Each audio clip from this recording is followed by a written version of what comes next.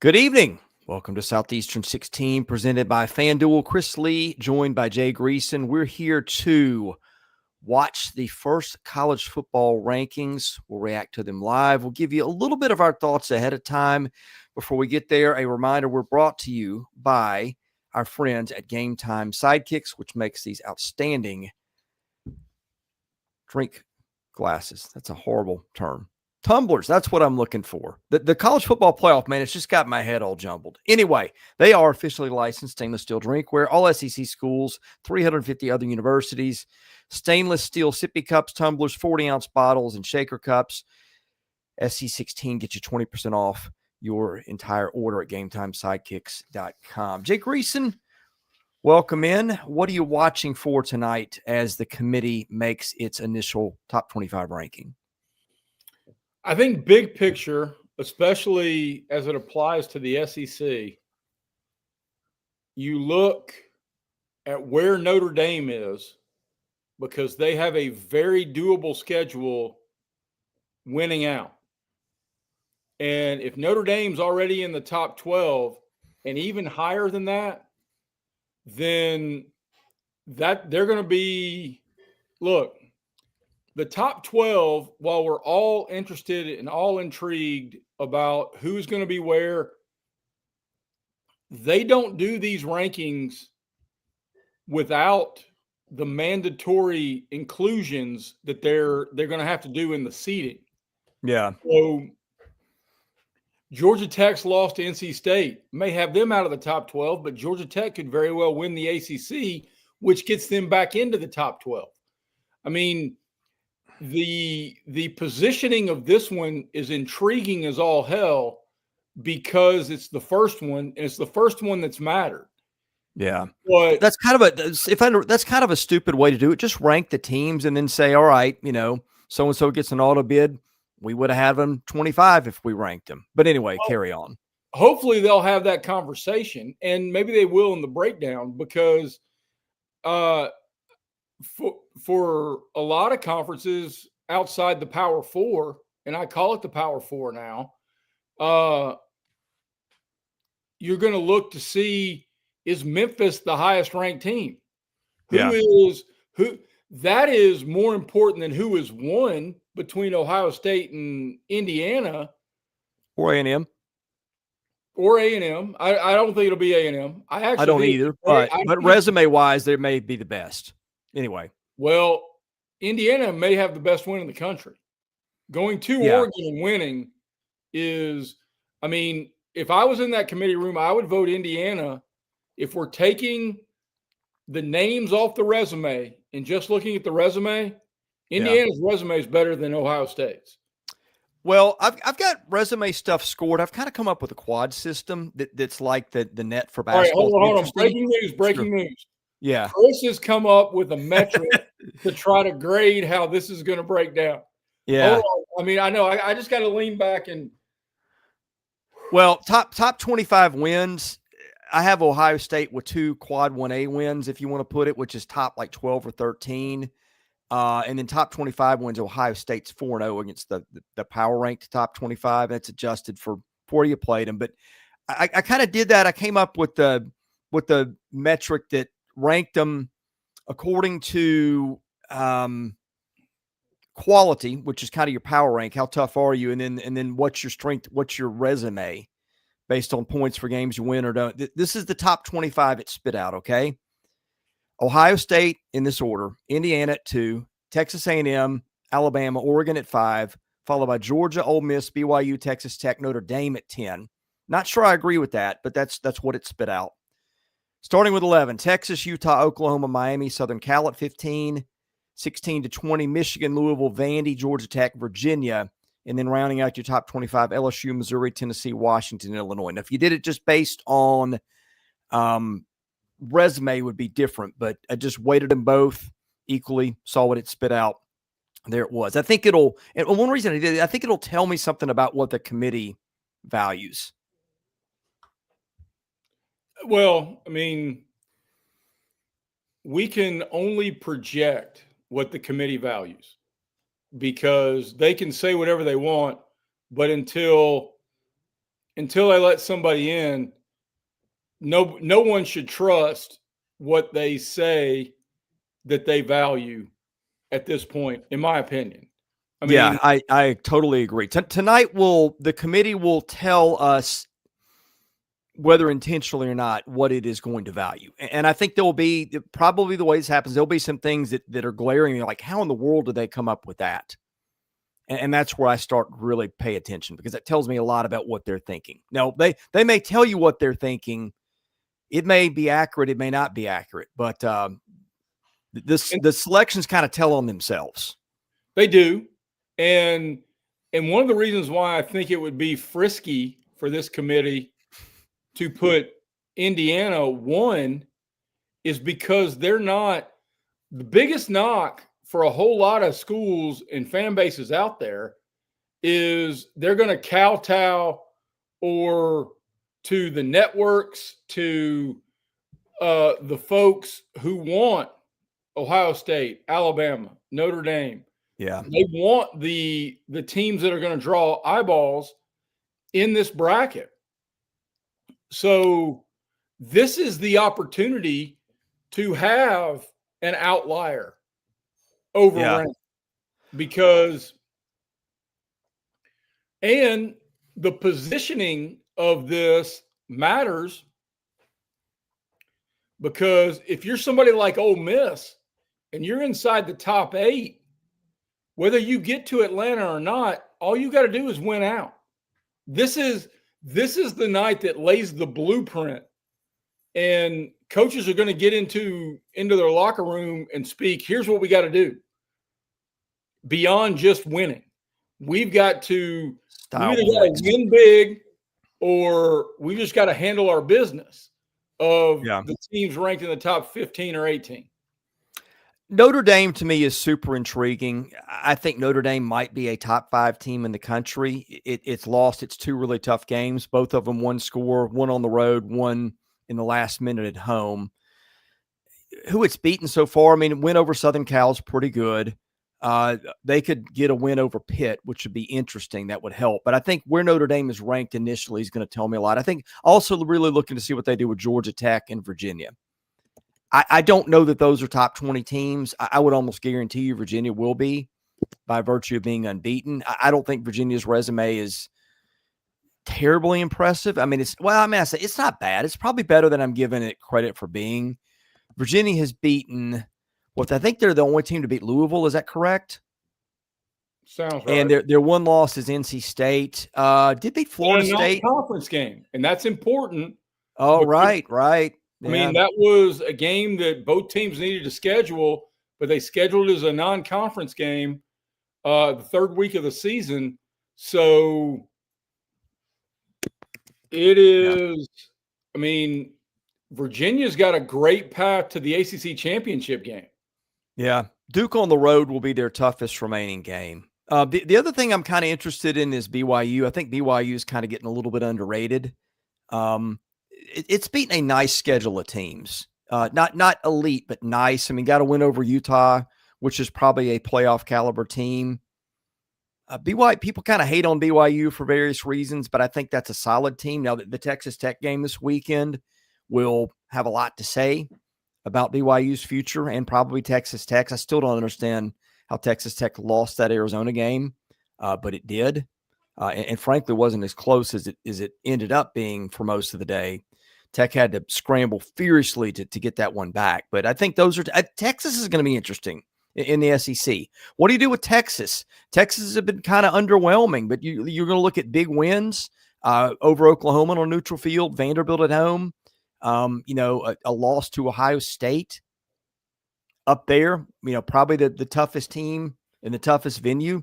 You wouldn't think they would hold that against them too much, given it was close.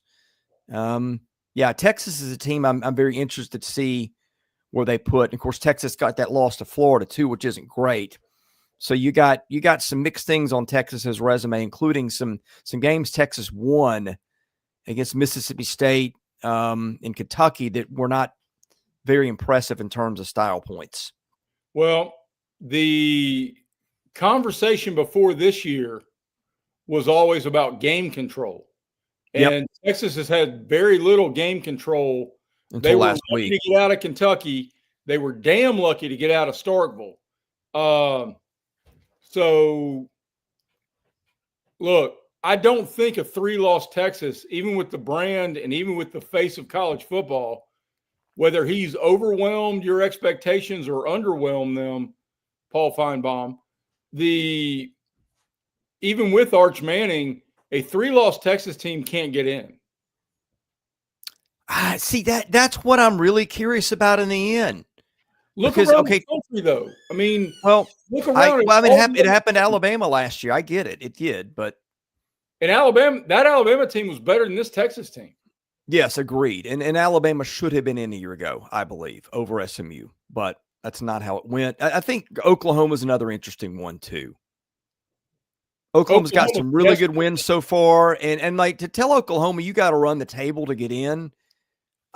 With good wins banked already over, let's say they beat Michigan, which is a nice win.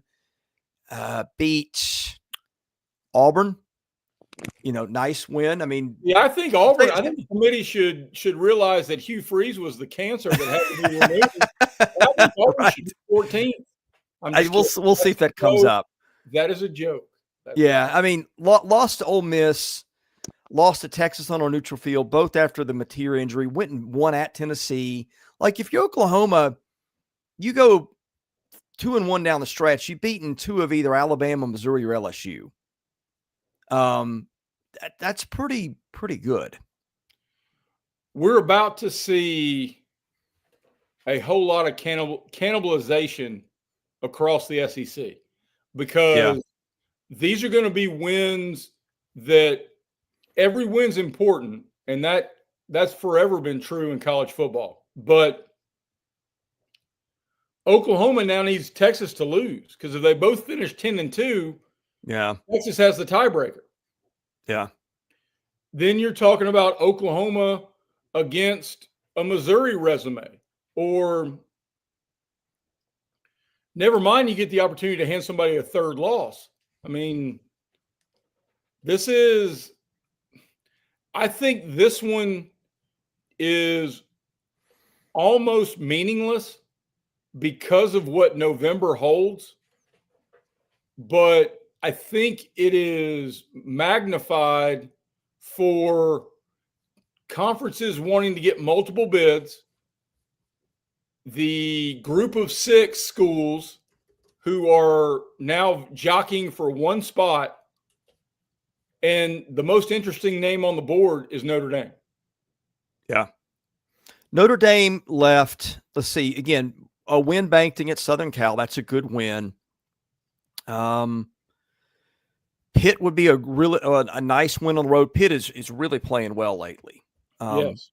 That won't be easy. Top 25 type team. I don't know if they're in the rankings. Winning at Stanford doesn't mean much. Beating Syracuse in your yard doesn't mean much.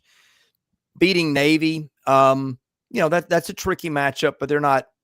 Navy has got a great record against a pitiful schedule. Don't mean to disrespect Navy, but in football terms, that's what it is. I mean, and then you've got, other than that, I mean, they beat NC State okay, beat Boise State okay. Yeah, I mean, just not a lot there in terms of big wins. But again, the losses were to playoff caliber teams. Well, one was, and then Miami. Whatever Miami is on the road. All right, let's see if we got. Sam says you hate the troops. Sam, buddy, you're on to me. What can I say? That Chris Lee, he's a communist. Troop hater. He's a troop hater. Oh boy. Hey, what teasing us with brackets without names in there.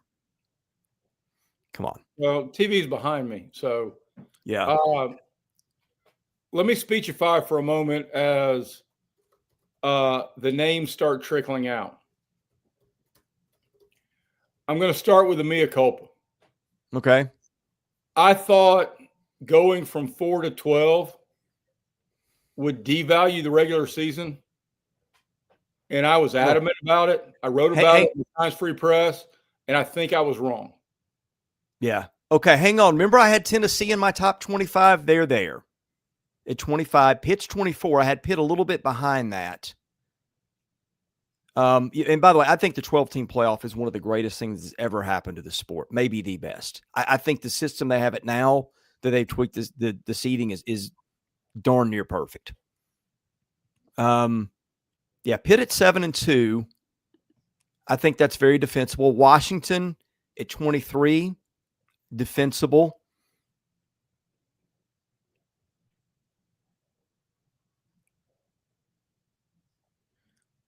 I don't know how good Washington is. Missouri at 22, defensible. Maybe a little low.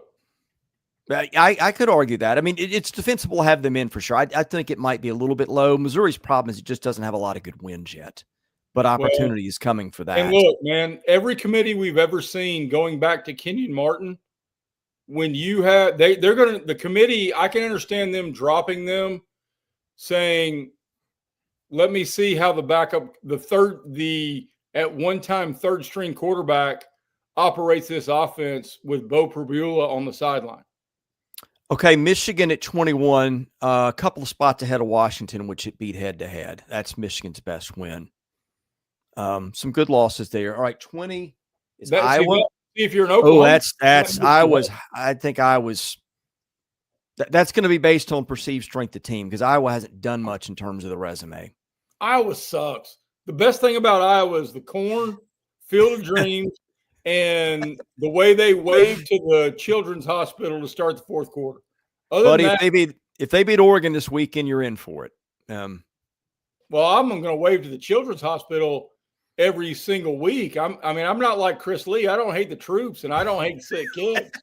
So we said I hate troops and sick kids now. That's where we're going to go. Okay, there we are. Chris Lee loves analytics and he hates the troops and the sick kids. And dogs too, probably. No, hell no. You put up with a ton of crap from Oreo. There's no way you hate dogs. Buddy, I defend that guy to no end. That's true. All the sarcasm aside. All right, Southern Cal at 19. I get it. I'm very interested to see where Miami lands here. Okay, Miami lands at 18, just as I say that. Too high. And I think 3-loss team, right? Yeah, but there's a lot of 2-loss teams. They've beaten Notre Dame, lost to Louisville, lost at SMU. Is that the highest ranked 3-loss team? Beat Florida State, beat Florida. I mean, those are nice wins. Beat South Florida. Boom. Hey, look, you start stacking these up and seeing who's got. It's not like teams are just dripping with quality wins. Trust me. Well, see, all right. How is Georgia Tech at 17? I think is too high. Georgia Tech? Yeah, I think that's too low. Okay. The 3-loss parallel is Miami the highest ranked 3-loss team? Vanderbilt at 16. Miami's only got 2 losses.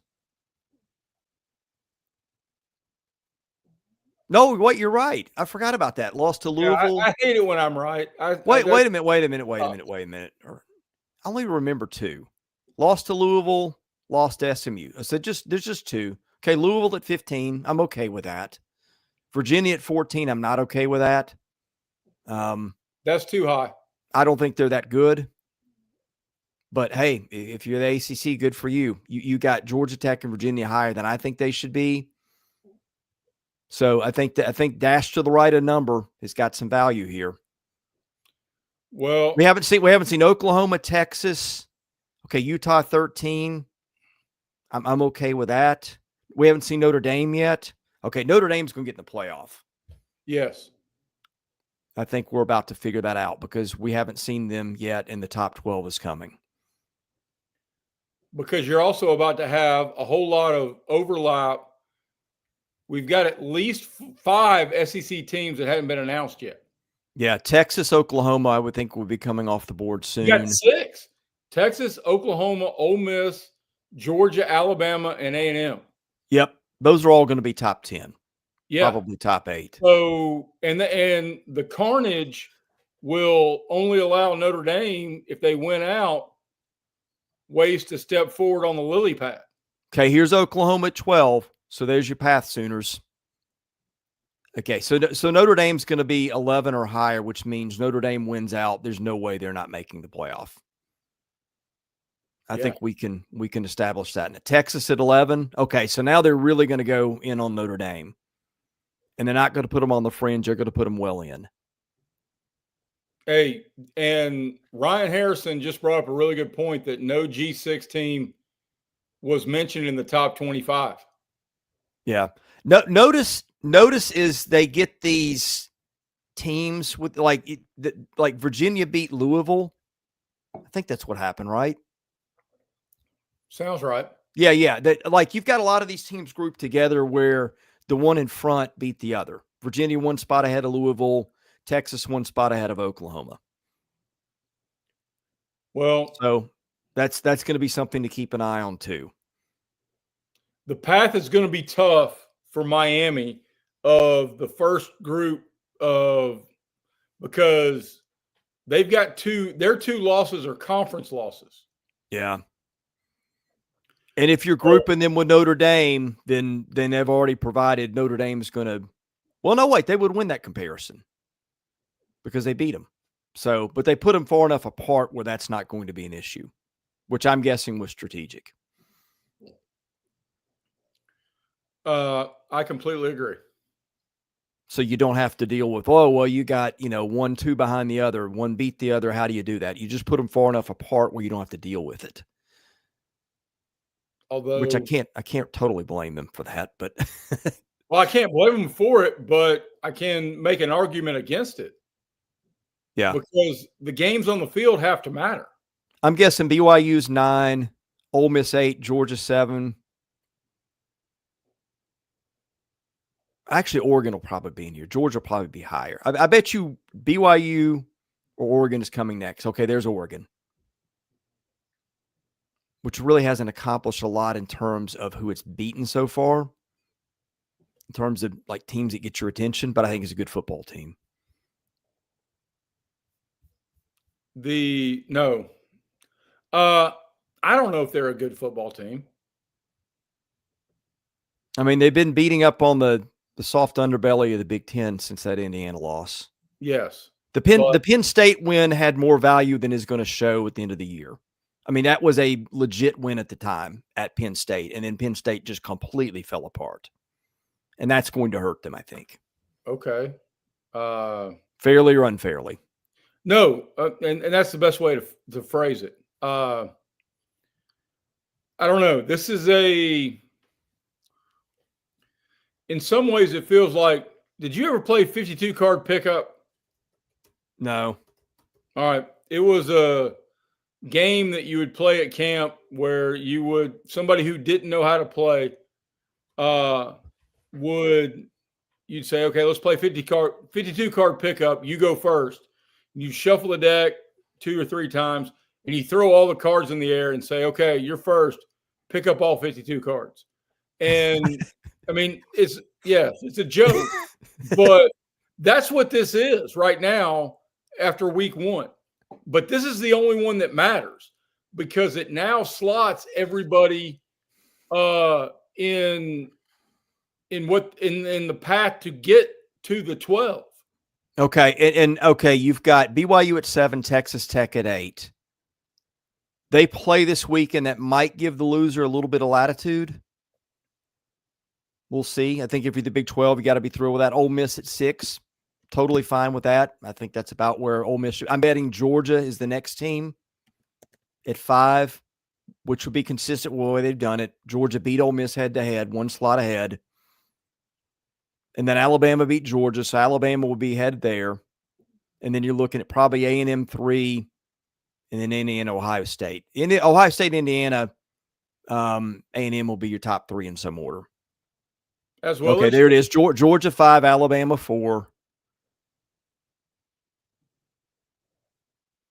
Be interested. Okay, A&M 3, Indiana, I bet will be 2, and Ohio State will be 1. So this nailed the top 6. No, this nailed the top, the top 8 in order, except for Oregon. Because I had it Ohio State, Indiana, A&M, Alabama, Oregon, Georgia, Ole Miss, BYU, Texas Tech, Notre Dame. Notre Dame got bumped up a little bit, but the thing I put together was pretty close to what they did. And again, they made their pivots when one team beat another head-to-head. Well, you are smarter than the average bear, Yogi. Well, I don't know, and I don't know that that's how I do it. No, I would. But yeah, the top four, they had the top four exactly the order that this spit out. So I think we've got yeah. I'm trying to think who got left out. Gosh, I think almost the whole top 25 was what I had here. Virginia was in there. Washington wasn't, or was it? It was close. Iowa was in there, right? Sadly. Iowa and Pitt were both in there. Okay, those were two at the bottom. Okay, so Virginia would be your so, okay, Memphis was not in the top 25, but they're saying Memphis would be their group of 5. Okay. Which makes sense, but South Florida has an argument. Yeah, but Memphis beat them head-to-head, and so agreed. That's what they did. Agreed. Yeah. If you are the big part of the conversation here is the little things matter. And we're now about to get into a whole lot of elimination games. November is going to be filled with games that feel like playoff games, almost to the point that November will be more enjoyable than December if I had to make a argument about 12 teams being in the playoff, because there are going to be a whole lot of mismatches. I mean, look back at the rankings, Chris. Who was 5? If this bracket was true, and I know it's not because of conference champions and folks that are going to get, there's at least one spot outside of the top 12 that's going to get nullified, and actually at least 2 because there's no ACC team in the top 12. So at least, so now if you're in the top 10, you handle your business, you feel good about it. Because Notre Dame was what? 10? Yeah. They've given Notre Dame a path to playoff. They've possibly given the Big 12 a path to 2 spots. In the BYU ACC, and who? BYU and Texas Tech were 7 and 8. And let's see. Which gets back to the conversation. Okay. Yeah. Virginia at 14. And then what, Georgia Tech at 18 and Miami somewhere in there. I think this tells me the ACC is probably getting 1.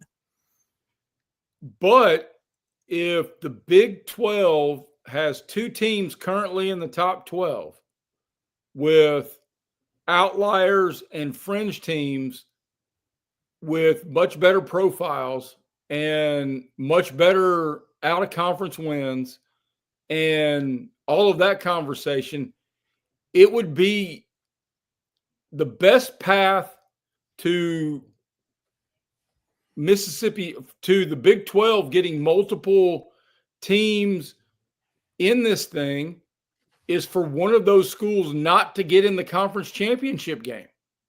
And that's borderline mind-blowing, right? I'm going to have to do some look at tiebreakers on that, because like BYU, well, I think what you want if you're the league. Well, you got to have BYU run the table. Well, no. See, I think you want Texas Tech to win Saturday if you want to get 2 teams in, because they've lost 1, BYU's lost none. And then let BYU run the table. All right, if that happens Saturday and they both show up with 1 loss, there's going to be a plethora of teams that show up with 2 losses on that Sunday in December when they're picking the field. And the team that wins the Big 12 championship is going to be the easy choice, the automatic choice, in fact. So, look, The Big 12, look, it was a big win for Auburn at the time. Baylor ain't squat. Yeah. I mean,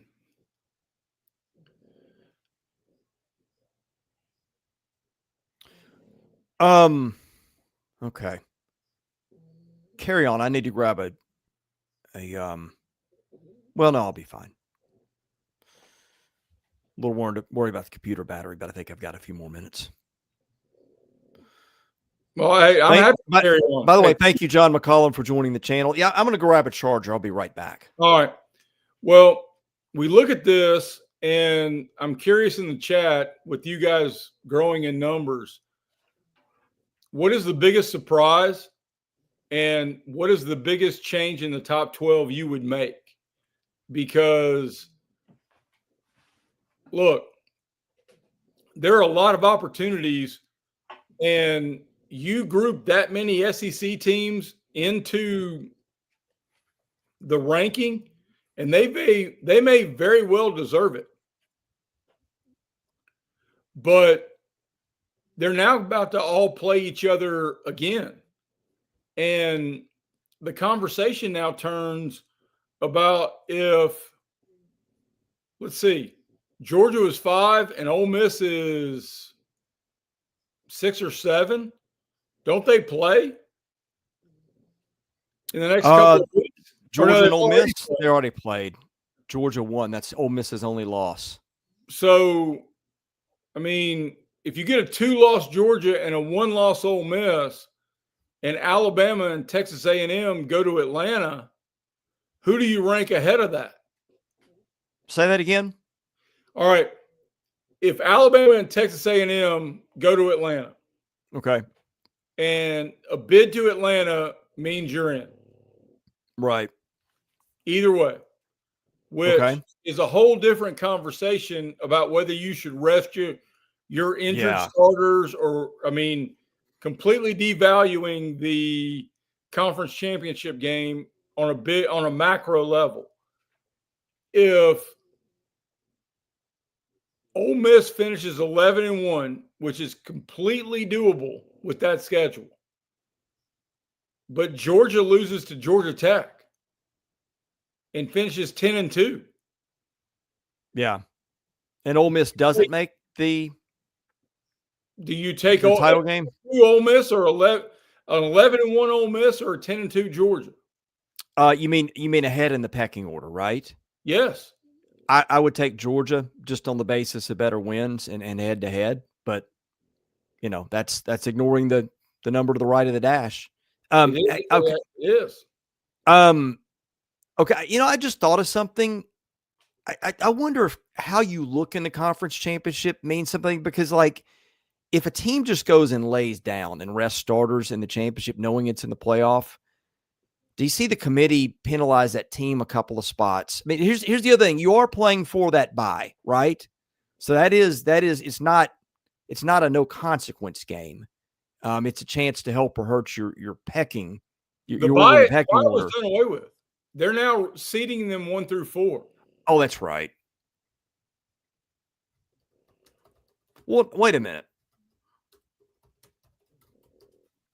No, I mean, 12-5 plays 4, right? 12-5 plays 4, but the right. So the top 4 do get a bye. The bye is not determined by conference champions anymore. Right. But here's what I'm saying, Jay. Do you see a little thing to where the conferences are going to protect their interests? Because, like, if let's say Alabama goes to the conference championship game, I don't think this would ever happen, but just play along, okay? And they decide, you know, we're getting in the playoff, and we're going to rest Ty Simpson. We're going to rest our starting offensive line.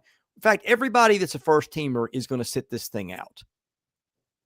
That might be in your best interest for long-term survival. It is not in the network's best interest to watch those games, in the league's best interest. You follow? No. So do you, here's what I'm saying. What kind of disaster is it if you have teams, you know, laying down in the title games to rest? Is there a built-in penalty where you dock teams maybe a little further when you do? I'm not saying it'll be stated that way. I'm just I don't think you're hearing what I mean here, but no, I hear what you mean, and I understand it, and it's been something that I've written about, that they're doing everything in their power to take out the teeth of the conference championship game in regards to being an automatic bid. Because hey, look at it this way. I don't think the SEC is the best example here. What happens if Julian Sayin and Jeremiah Smith roll ankles, not serious, but in the Michigan game, and then they're about to go play 12-0 Indiana. No getting in, they might be a top 4 seed anyway. No, and I think in that case, I mean, you couldn't. It would look fishy if you did. If you put Ohio State at 6 for losing the game, but I get it. I mean, it does open up a fascinating championship games. And you know what? I mean, if we're going again to phrase it in this way, if we're going macro, the NCAA doesn't care about that, because in 1984, the lawsuit that allowed conferences to negotiate their own TV deals, which really was 2 decades before the NIL decision with the O'Bannon case, that allowed the mushroom cloud of all this money being filtered to schools, players, coaches, everybody else. In the big sense of this, since 1984, the NCAA doesn't care about football marketing rights in the big picture, because they don't get any money out of it. Okay. Well, that's true too. I hadn't thought of that, but 9-time champion. If Bama loses either LSU, Auburn, and A&M, in or out, a 2-loss Alabama is absolutely getting in. Yes. Or is he asking if they go 1-3? I mean, 1-2 in those games. 3 losses, I wouldn't want to try it. 2, you're fine. I don't foresee, with all the, as you said, the back end of the number on the dash, you're holding your breath if you're a 3-loss team. Well, I will give them credit. I'm looking at it now. I'll put this in the chat so people can look. The Athletic has posted the top 25 with the records. And they did not do the thing where they did last year, where the number to the right of the dash grouped everybody. They were a little more creative this time. So I'll give them that. I don't really have a lot of huge issues with what they did. I mean, I could Notre Dame's a tough one, because you're trying to get the 12 best teams, or the 12 teams that have earned it, or some combination in between. And boy, opinions can differ on that one.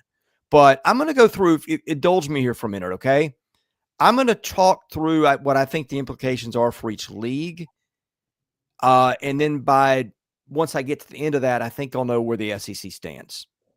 Okay, ACC, you've got Virginia all the way down at 14, Louisville at 15. Again, Virginia beat Louisville head-to-head, one out there. Georgia Tech at 17, and Pitt at 24.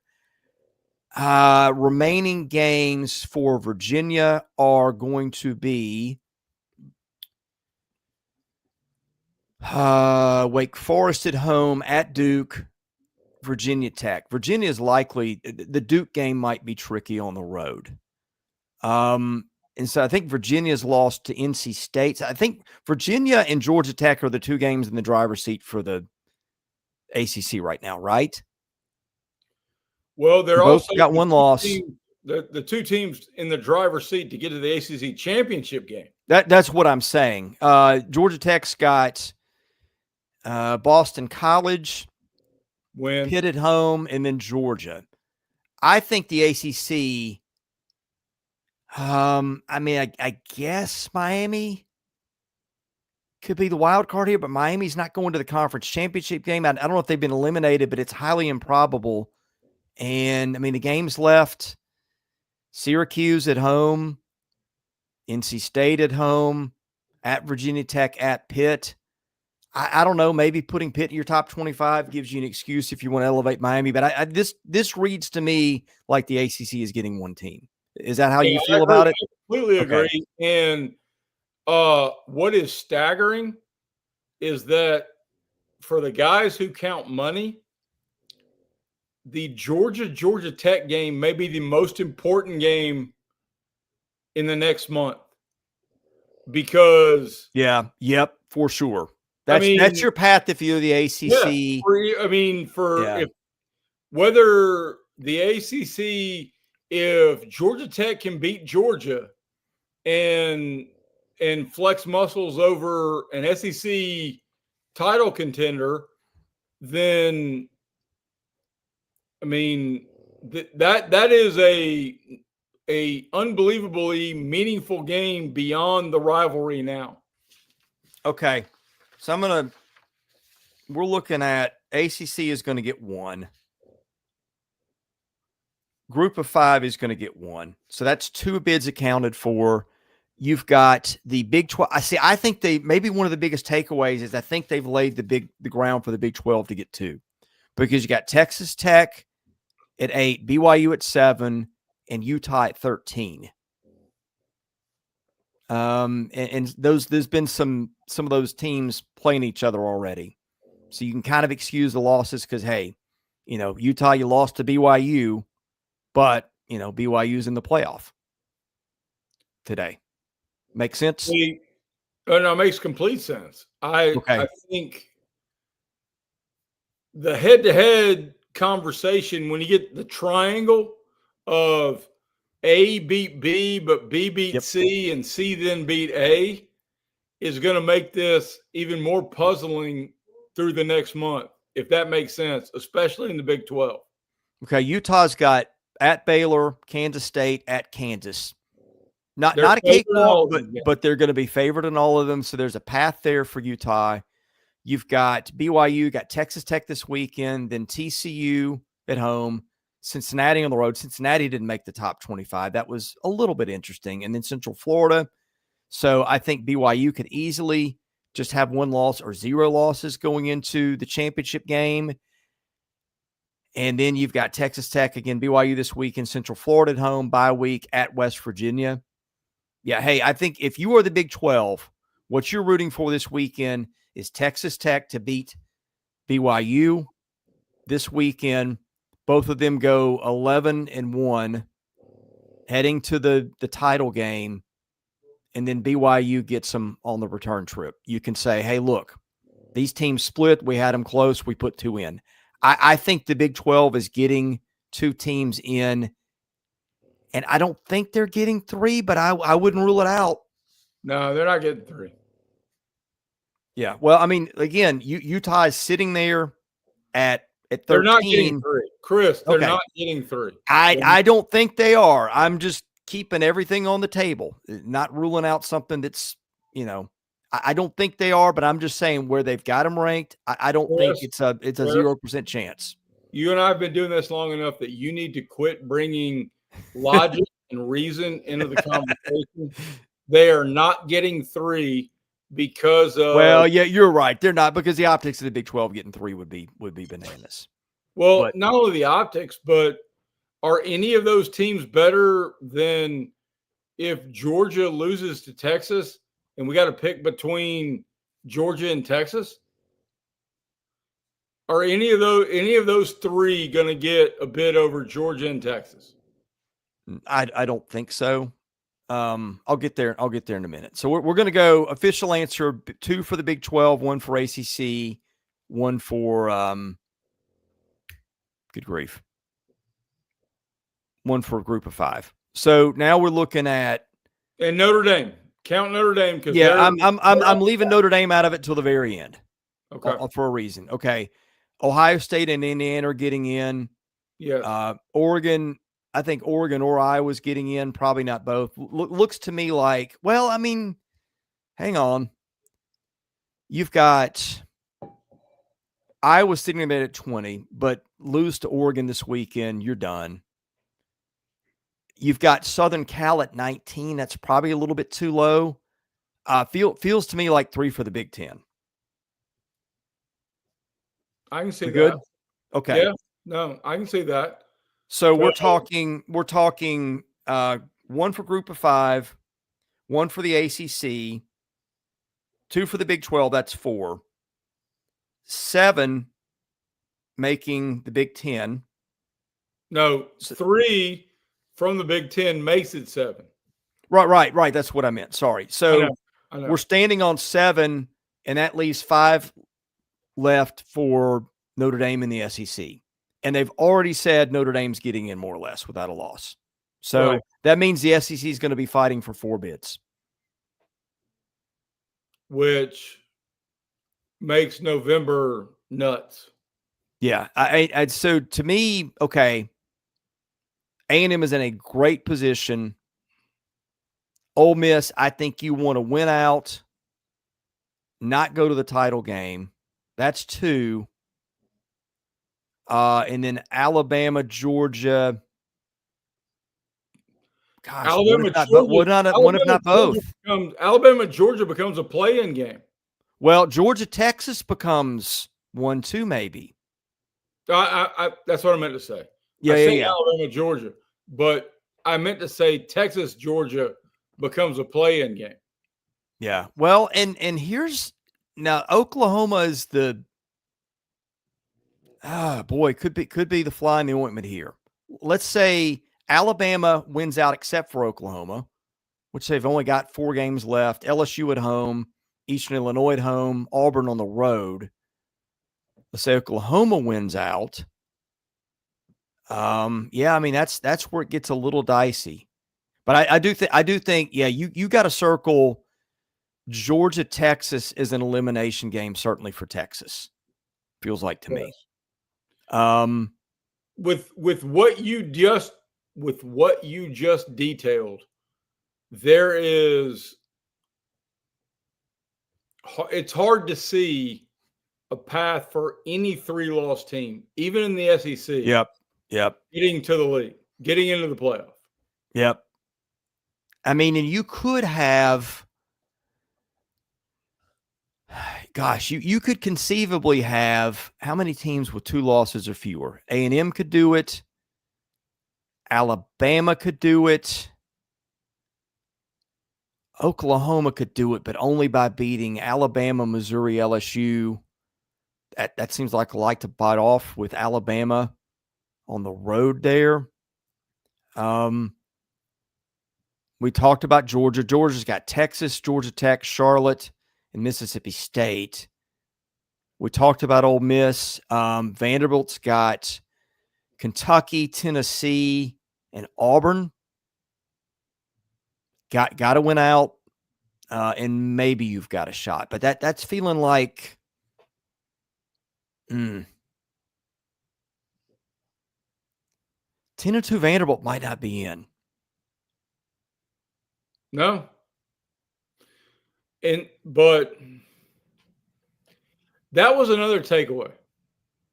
The depth of the rankings of where Missouri and Vanderbilt were make this not only a tough climb, but a climb that's going to need help. Yeah. Here's what you're rooting for if you want a 5th bid and you're the SEC. You want like crazy somebody beat Notre Dame. In order a chance they got to do it, I would rank that overwhelmingly Pitt. Then I would go Navy. Then I would go probably Stanford on the road just because you're traveling, and then Syracuse at home. Pitt on the road could get them, but I wouldn't count on it. No, I wouldn't either. I actually think Notre Dame is this was a great day for every Catholic. I mean, this is like Good Friday for every Catholic. Yeah, They are amazingly pleased on this day. Absolutely. Here's what I think you want in the Big 12 if you want to see another SEC get in scenario. I think what you want to have happen this weekend, gosh, because I don't know that Texas Tech, another loss. Well, I mean, I don't know. BYU beating Texas Tech could knock Texas Tech out of it because beating Central Florida, bye week, West Virginia on the road is what's left. That doesn't really impress anybody. The wins early in the season were kind of underwhelming, but did get a win over Utah. And remember, Utah's sitting there at 13. Utah's got to go Arizona State at home. No, I'm sorry. They've already played them. Utah's going at Baylor, Kansas State at home, Kansas on the road. I mean, what you want is Utah to take another loss.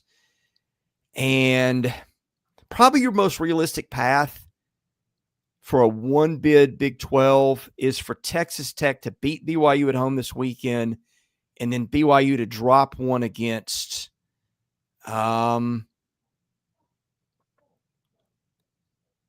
TCU at Cincinnati, Central Florida, which is entirely possible. But then you could have maybe a rematch Utah and Texas Tech in the title game. Utah won, I think that won earlier. No, Texas Tech won it. So Texas Tech wins the rematch and that happens. Then you're looking at one Big 12 team. I think that's what you want. I think you want BYU out of this and you want Texas Tech and Utah in the title game with Tech winning it. Then that's one Big 12 team, I think. And then you get another one if you're the SEC. Which is more plausible, even though you lost me about sorry, that had to be impossible to follow. But that's more plausible than rooting for a Notre Dame loss because Notre Dame's going to be a heavy favorite in every game. And a 10-2, the committee just showed us tonight what I said early on in our show. Where Notre Dame ranks is the most important conversation piece of these rankings. And if Notre Dame wins out, they're in. And then you're now looking at 4 conference champions, a group of 5 team, and then Notre Dame. So everybody else is fighting for 6 bids. Yeah, Ryan's right. Pitt has been hot lately, and they have pulled some upsets. I mean, we just laid it out like it's simple. It's not going to play out like that. It never does. No, it doesn't. But these are the rankings we know. Yeah. So, playing off the rankings we know, I think it is clear to me the Big Ten non-champions and the SEC non-champions are jockeying for position for 6 bids. I wonder if Pitt can get to the ACC title game. That's another thing I didn't think about.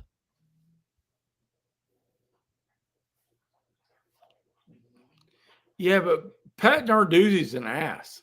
So no, Pitt's lost 2 in the ACC, so forget that. All right, let's conspiracy theory this, okay? No, Pitt stays in the top 25, then Notre Dame has another win over a top 25 college football playoff team. You follow? Okay. Because I don't see a path for Pitt to get in this thing. No, God, no. I mean, really, anybody beyond 15 or 16, with the exception of maybe, and I don't remember the number they were ranked, Georgia Tech has an opportunity to be an at-large team because they can beat Georgia. Yeah. A whole lot of these other teams don't have a check mark game from 15 to 25 where they can say, okay, are you going to take that team over us, even though we just beat them on the field in the last month of the season? Path for Missouri. That's something I hadn't thought about.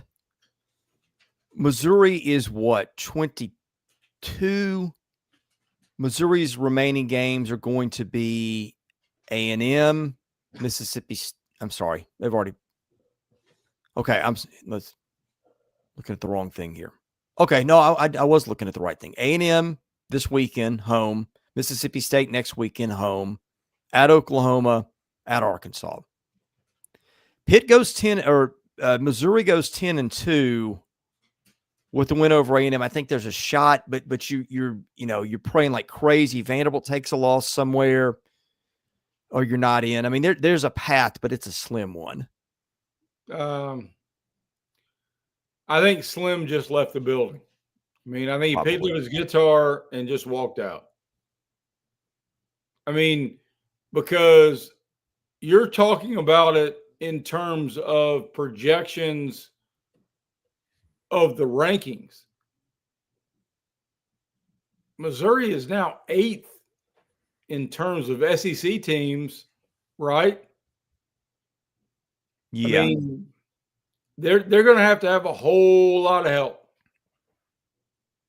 And Tennessee is 9th. Which hey, that bolsters the SEC's argument. Hey, we got 9 of your teams in the top 25. That does make it easier to value a win a little more if you want to make a case for an SEC team. Every SEC also ran, including my Auburn Tigers, need to root for the top 4 or 5 to win out whenever they can, because that means more money to your school. Yeah.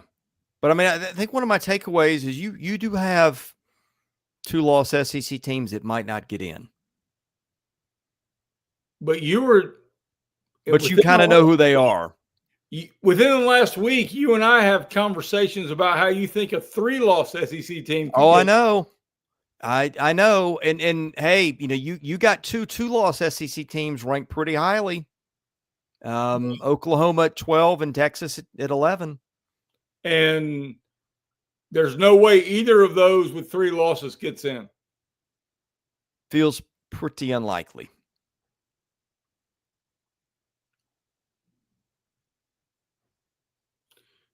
It is a race to 10-2 is what we have. And then hope stuff goes right elsewhere in some cases.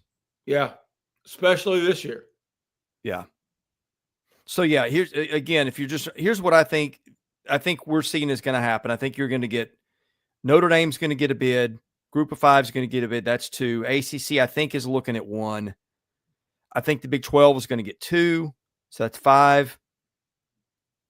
Big 10 is going to get 3, it appears.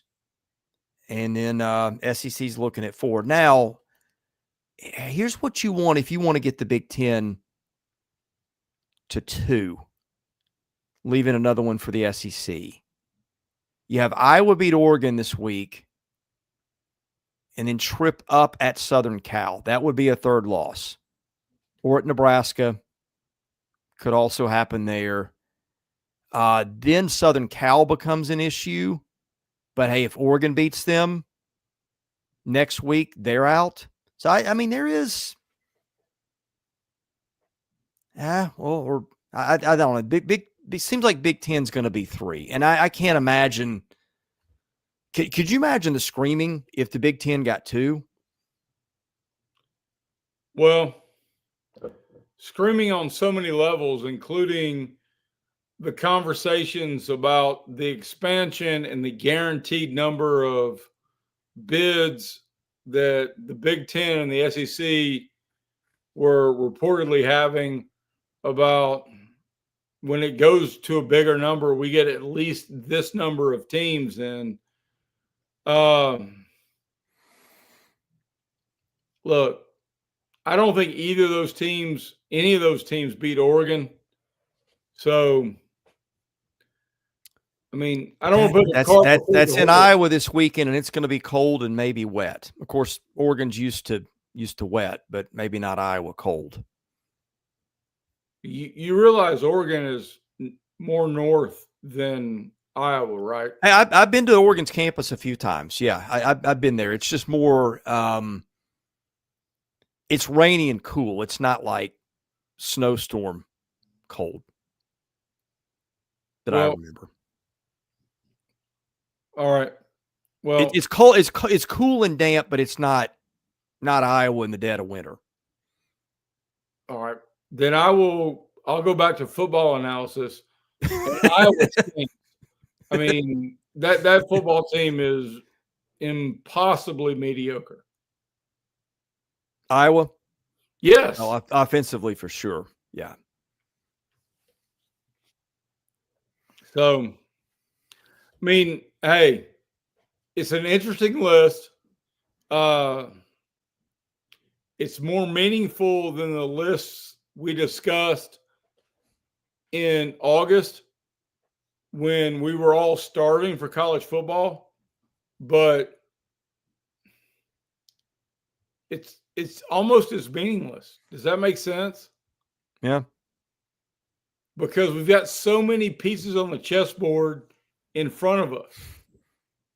You like this? Iowa's the Auburn of the Big 12.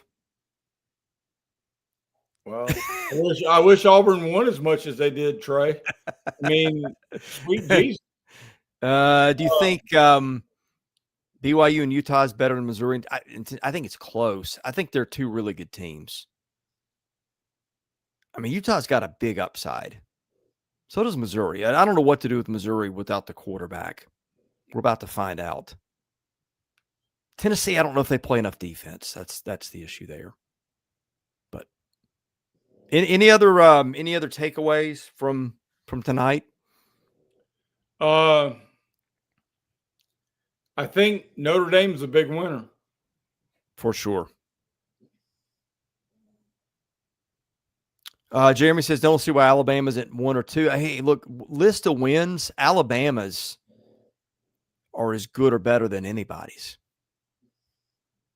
I mean, Alabama's beaten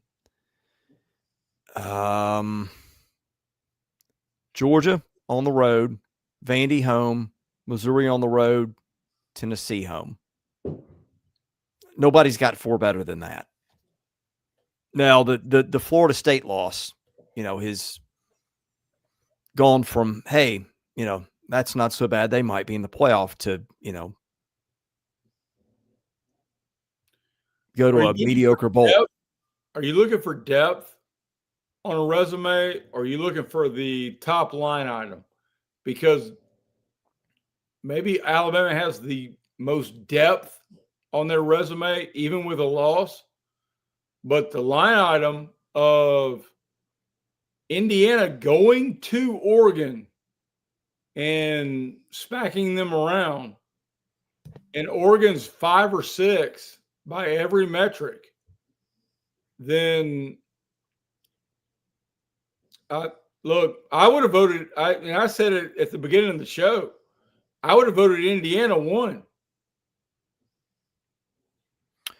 I think to answer your question, I think they split it pretty evenly. I don't see a pattern here other than, again, if you had 2 teams right next to each other, the team that won head-to-head always got slotted 1 ahead. I think BYU got rewarded for depth of resume.